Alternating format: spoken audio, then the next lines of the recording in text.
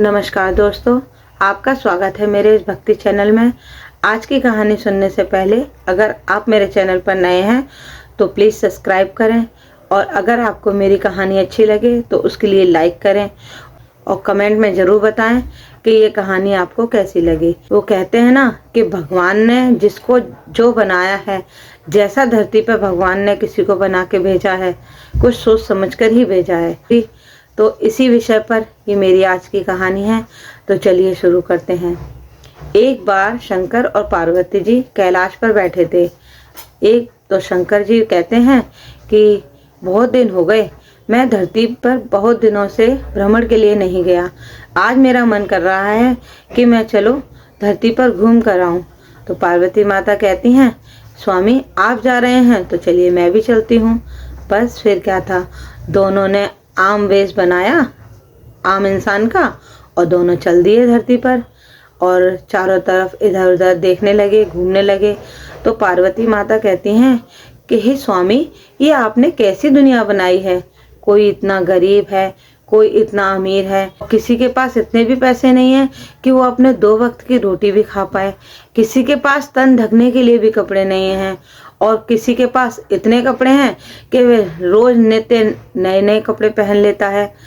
तो प्रभु सब पर कुछ ऐसी कृपा करो जिसे किसी भी चीज की किसी को कोई कमी ना हो।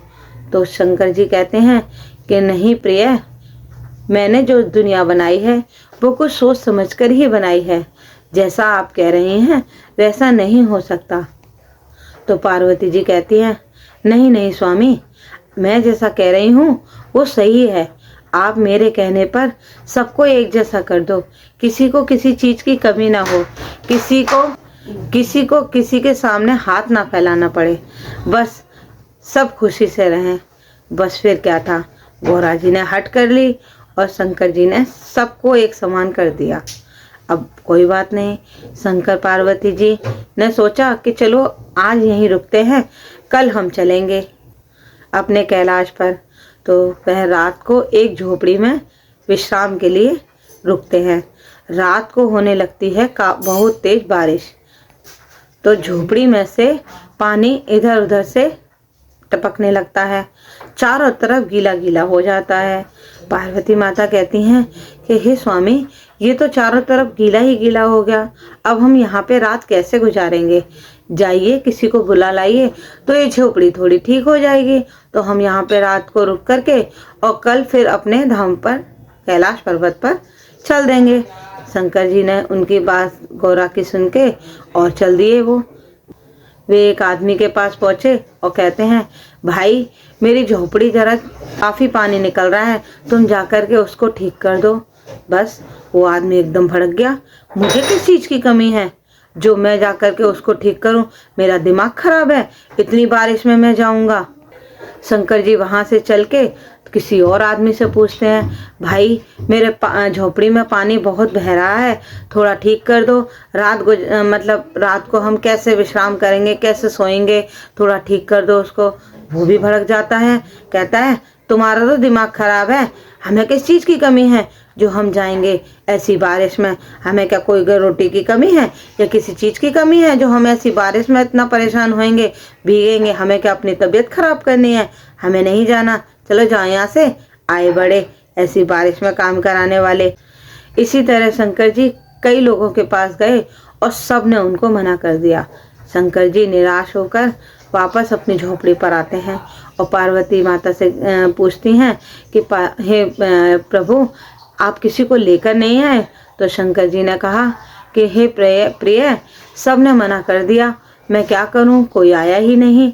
तो पार्वती जी ने कहा कि क्यों नहीं आया। तो शंकर जी ने बताया कि सब ने मुझसे ऐसे ऐसे कह दिया कि मुझे किस चीज़ की कमी है जो मैं ऐसी बारिश में किसी काम करने जाऊंगा।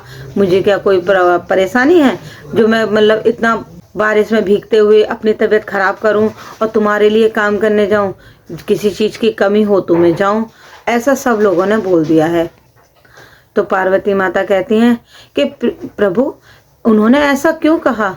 तो शिव जी कहते हैं कि हे प्रिय, अगर किसी चीज़ की किसी को ज़रूरत होती है, उन्हें अगर पैसों की ज़रूरत होती तो वो बारिश में भी काम करते, लेकिन उन्हें पैसों की ज़रूरत नहीं है क्योंकि उनके पास सब कुछ है, तो वो कोई क्यों किसी के काम आएगा। तब शिव जी गौरा को समझाते हैं कि हे प्रिय, मैंने यही सोच समझ के ये दुनिया बनाई थी कि अगर कोई कम पैसे कमाएगा या कोई ज़्यादा कमाएगा या कोई ऊंची पदवी पे होगा तो सब एक दूसरे के काम आएंगे, सब समान होंगे तो कोई किसी के काम कैसे आएगा। तो पार्वती माता को अपनी गलती का एहसास होता है। वो कहती हैं कि हे प्रभु, मुझसे भूल हो गई, आपने जो किया था वो सही किया था कि सबको अलग अलग सांचे से बनाया था, मैं ही गलत थी।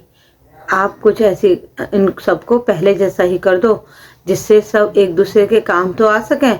हमारी तो कुछ नहीं है, हम तो एक रात हमें गुजारनी थी, हम अपने कैलाश पर वापस चले जाएंगे, लेकिन जब एक दूसरे के काम ये खुद नहीं आएंगे, सब एक समान ही होंगे तो कोई किसी के काम नहीं आएगा, सब एक दूसरे से परेशानी रहेंगे। अगर किसी को कोई परेशानी है तो कोई किसी की मदद नहीं करेगा, सब एक दूसरे से यही कह देंगे कि हमें ज़रूरत नहीं है तुम्हारी मदद की, लेकिन आप पहले जैसा ही कर दो, मैं गलत थी।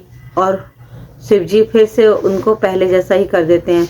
कोई गरीब है, कोई भिखारी है, कोई अमीर है, कोई भूखा है, कोई नंगा है, वो पहले जैसा कर देते हैं।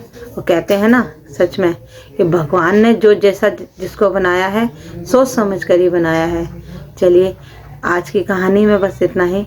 वो पहले जैसा हो गए सब लोग और सब एक दूसरे के काम में आने लगते हैं। और आज भी सृष्टि यही है कि सब एक दूसरे के काम आते हैं ज़रूरत पड़ने पर, और आना भी चाहिए। सही बात तो यही है कि सबको एक दूसरे की मदद करते रहना चाहिए। चलिए अब मिलती हूँ मैं आपको अगली वीडियो में। अगर आपको मेरी वीडियो अच्छी लगी हो तो कमेंट में ज़रूर बताएं। चलिए मिलती हूँ मैं आपको अगली वीडियो में।